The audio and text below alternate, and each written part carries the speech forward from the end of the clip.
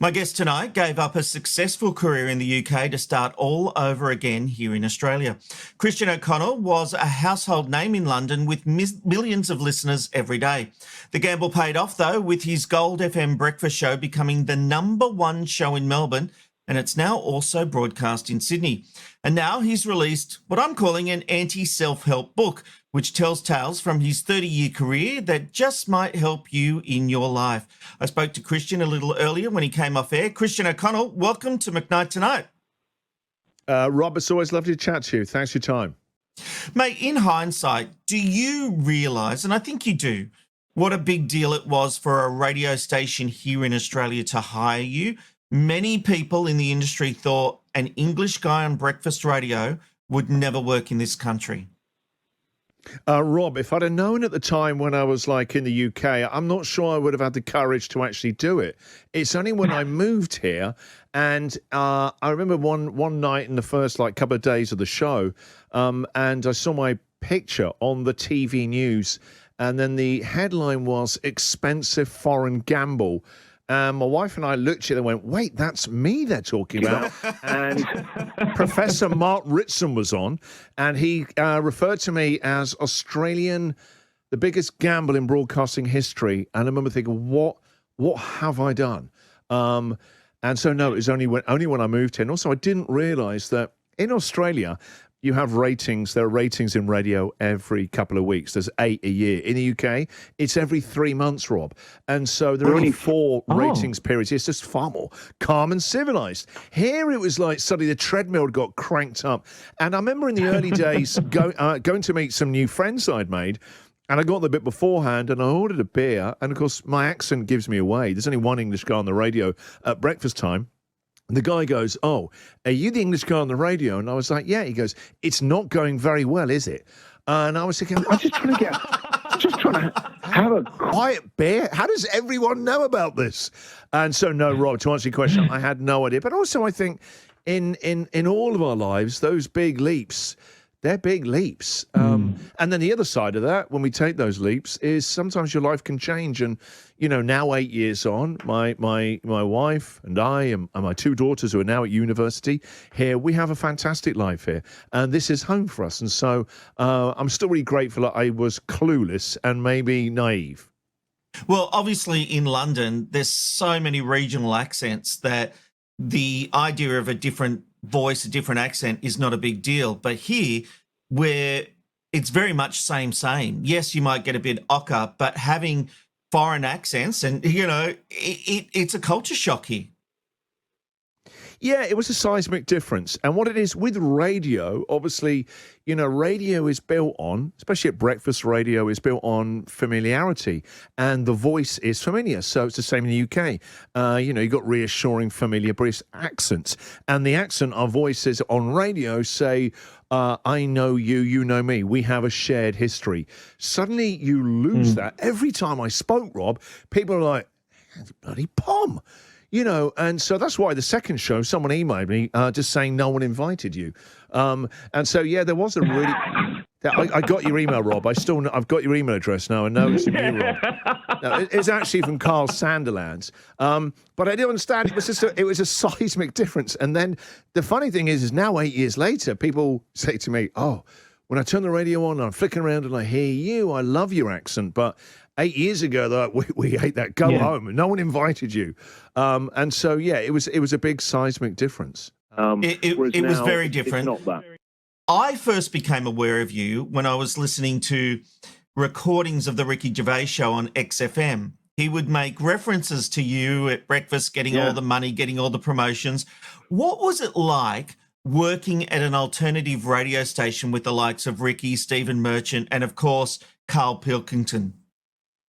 Well, that was that's sort of 5 or 6 years.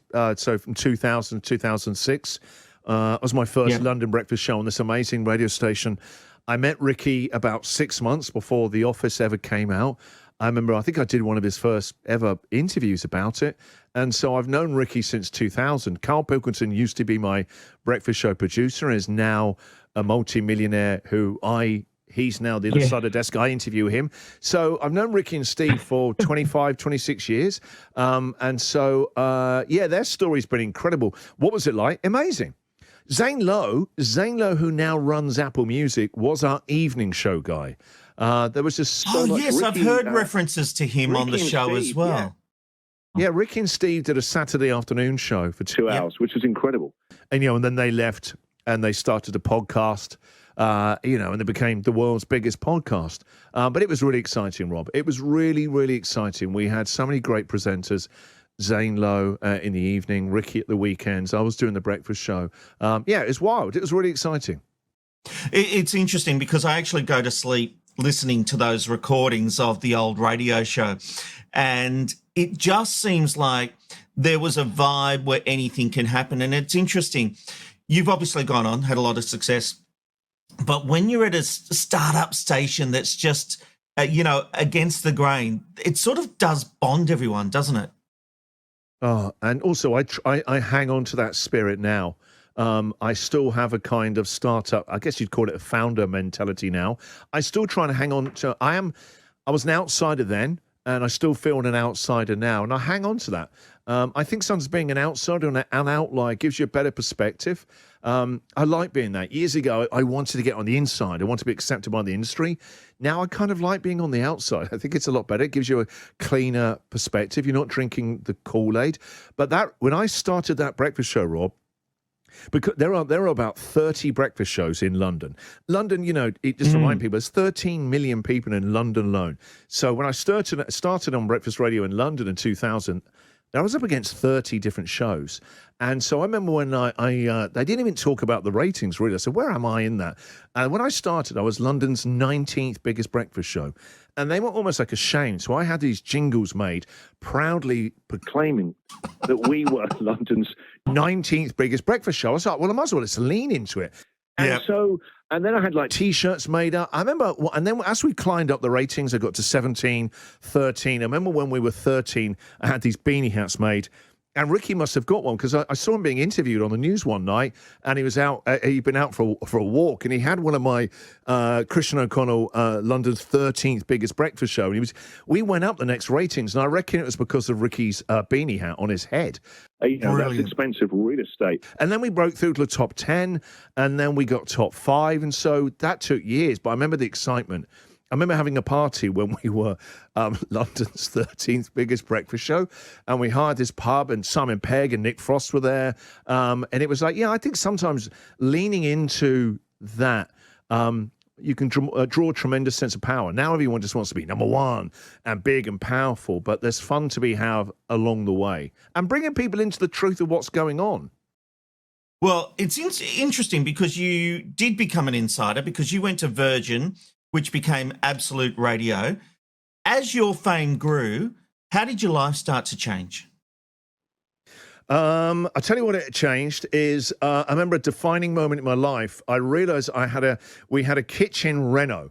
And I'm from a very working class background. My dad worked in a car factory. My mum was a nurse for 40 years. And I had a kitchen reno, Rob. And luckily the show I was now on a national show and earning more money. And it meant I could have a kitchen island. And I remember actually taking a photo and sending it to my mum and dad like, your boys made it. I've got a kitchen island.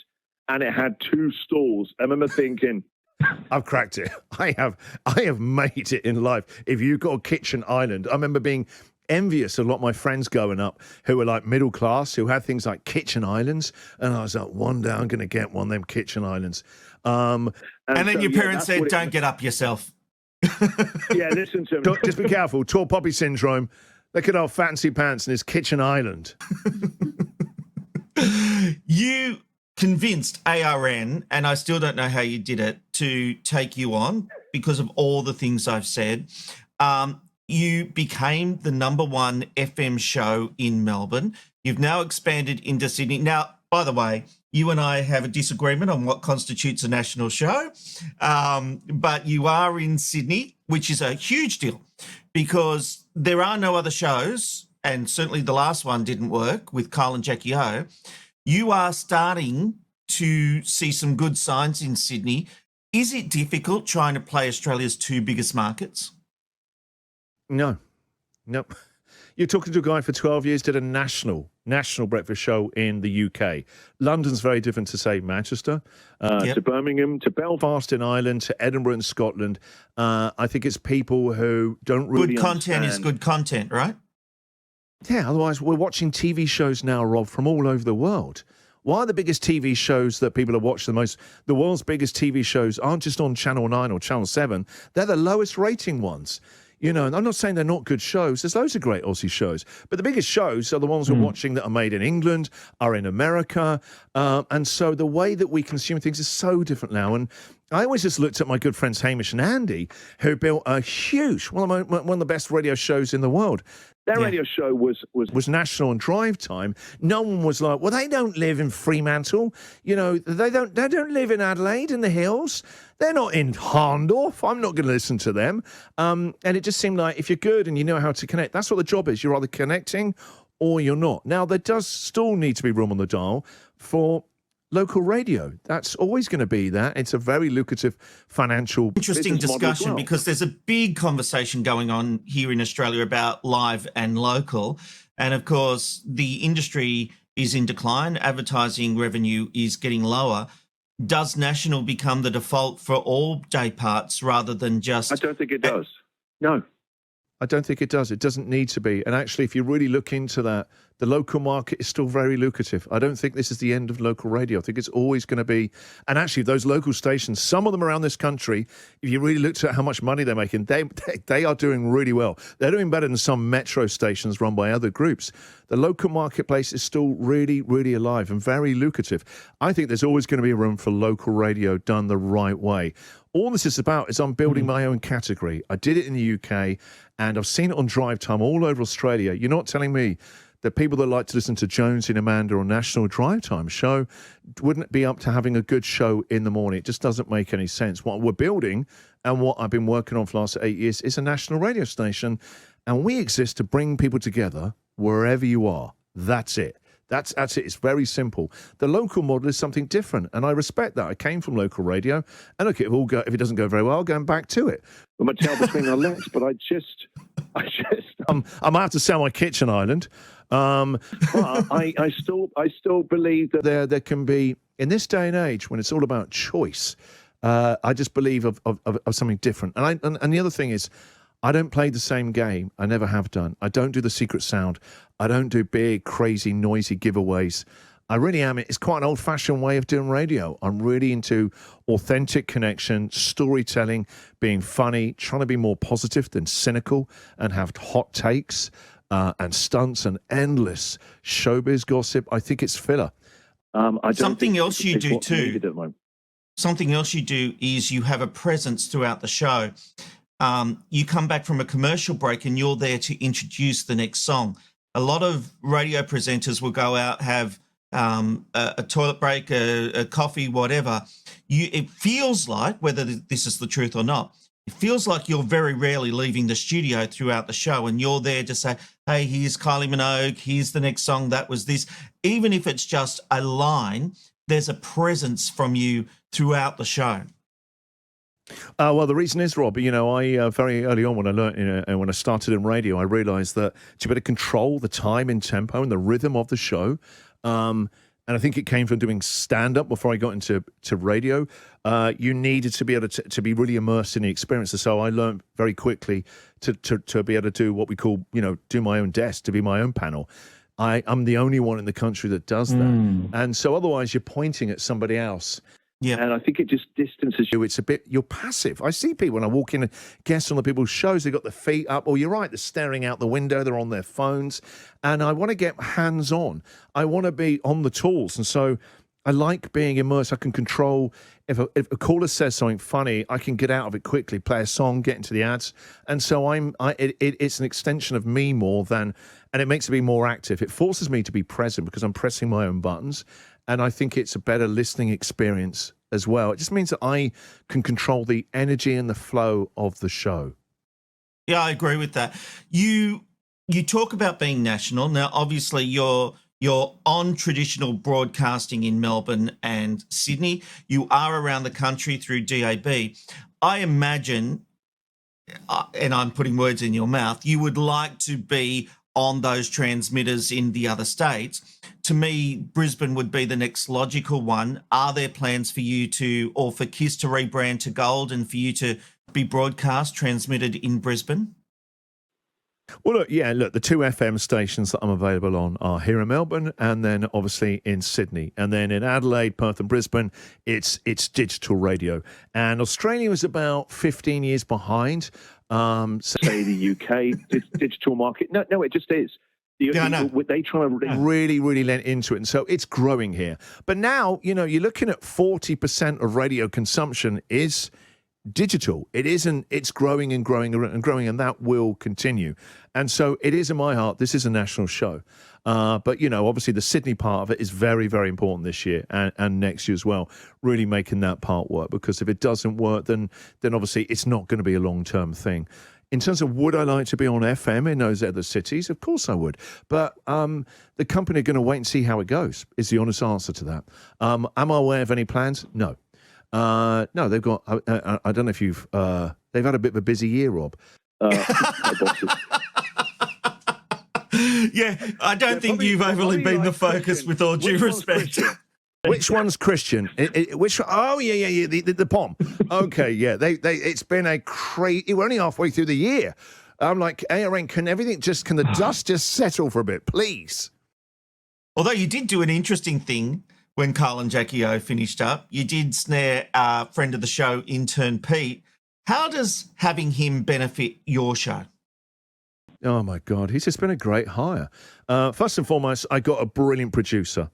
Intern Pete, he wears it lightly. If you've ever heard him on many years working with Carl and Jackie O, and he was a beloved part of that show as well. But he's actually, although it doesn't sound like it sometimes, he's actually a really smart producer. So first and foremost, I got a gun of a producer. Also, he adds a very unpredictable element to on air. I always like having a kind of a bench, a team of different contributors, more than it's the Bingo and Bash show coming to you live on Hot 97 FM. I like that it's different voices with different backgrounds and different lifestyles. I think it's more real. It's more like The Office. It's more like a real conversation. And so, and I said to Pete when I hired him, yes, you're Intern Pete. I don't want to keep you in this kind of cartoon character silhouette that you've had for a long time with Carl and Jackie. I'm more interested in actually bringing more of the real Pete to the radio, because he's a lovely guy and he's a funny guy. But still, occasionally he just is one of those people that he seems to attract chaos sometimes. And so we're still kind of going through that, but the listeners that have been listening to me from Melbourne for 8 years, they love him because he's real. And then obviously the Sydney listeners who are discovering the show, they recognise the name. He's kind of like he's a very well-known voice in the Sydney market as well, and so he's someone that I've always got on well with. I spoke to quite a lot over the last couple of years, and I would always wondered at some point, would he ever want to do something more and stretch himself and evolve what he can do? And so when it all went, we know how it all went with Carl and Jackie O, R.I.P. I called Pete very quickly and just said, hey, if you ever, if you want to talk, and there were a couple of other stations that were offering him jobs, and I really wanted to make sure that he had an offer from me, and I thought I get on very well with Pete. We've become very close friends. Oh, he's a legend. And it's authenticity which comes through, which is really the key to this book, which is called Unscript. And I'm describing it as an anti-self-help book. Is that a fair description? Yeah, you could help that. These days, there's just, you go through Instagram or TikTok, and it's relentless. People are barking at you that you need to improve, that you need to optimize. And it all just seems exhausting. When my alarm goes off at 4 a.m., I don't have time to do a gratitude journal. Go and have an ice cold plunge.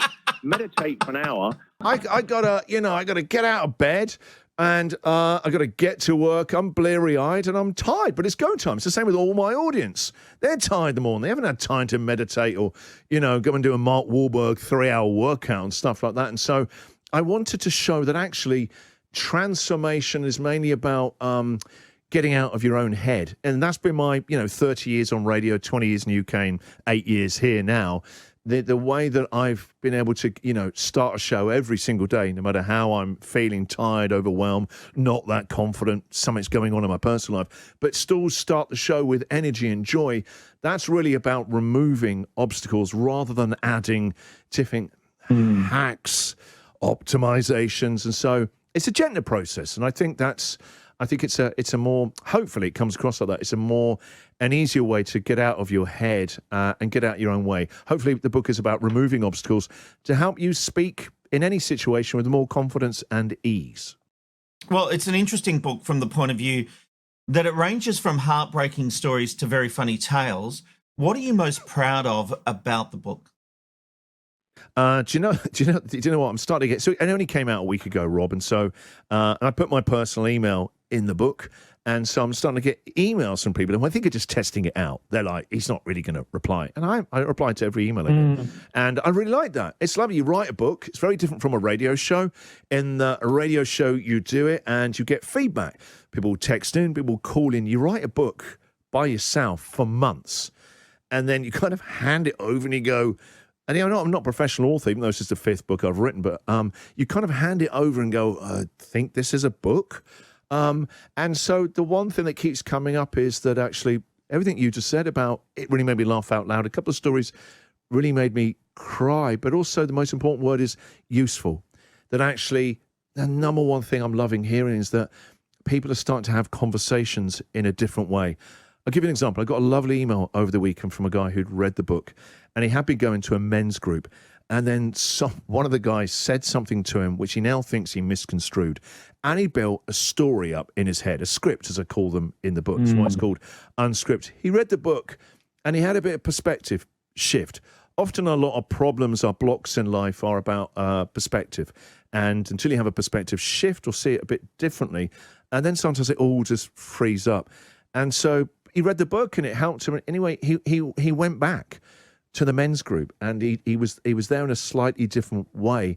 And he actually said he had his best conversations, and the book helped him feel about it differently, not just think about it. That's the big difference. Sometimes we try and outthink our problems, and it just doesn't work. And so he felt about it differently, and he had a far better time. That, Rob, oh my God, what's better than getting an email like that? That's it. Our life is a series of conversations. Hopefully the book can be useful, helping you see them a bit differently, feel a bit differently in certain situations where our speaking can get, the pressure builds up or you get a bit jammed up. Well, the book is available in stores and online. It is called Unscript. Christian, your career in Australia has been fantastic. I genuinely wish you every success, and it has been great Rob. getting you on McKnight tonight. Thanks for joining us. Pleasure. Thank you very much for your time. And thanks for your support and great questions, Rob, as well. Cheers.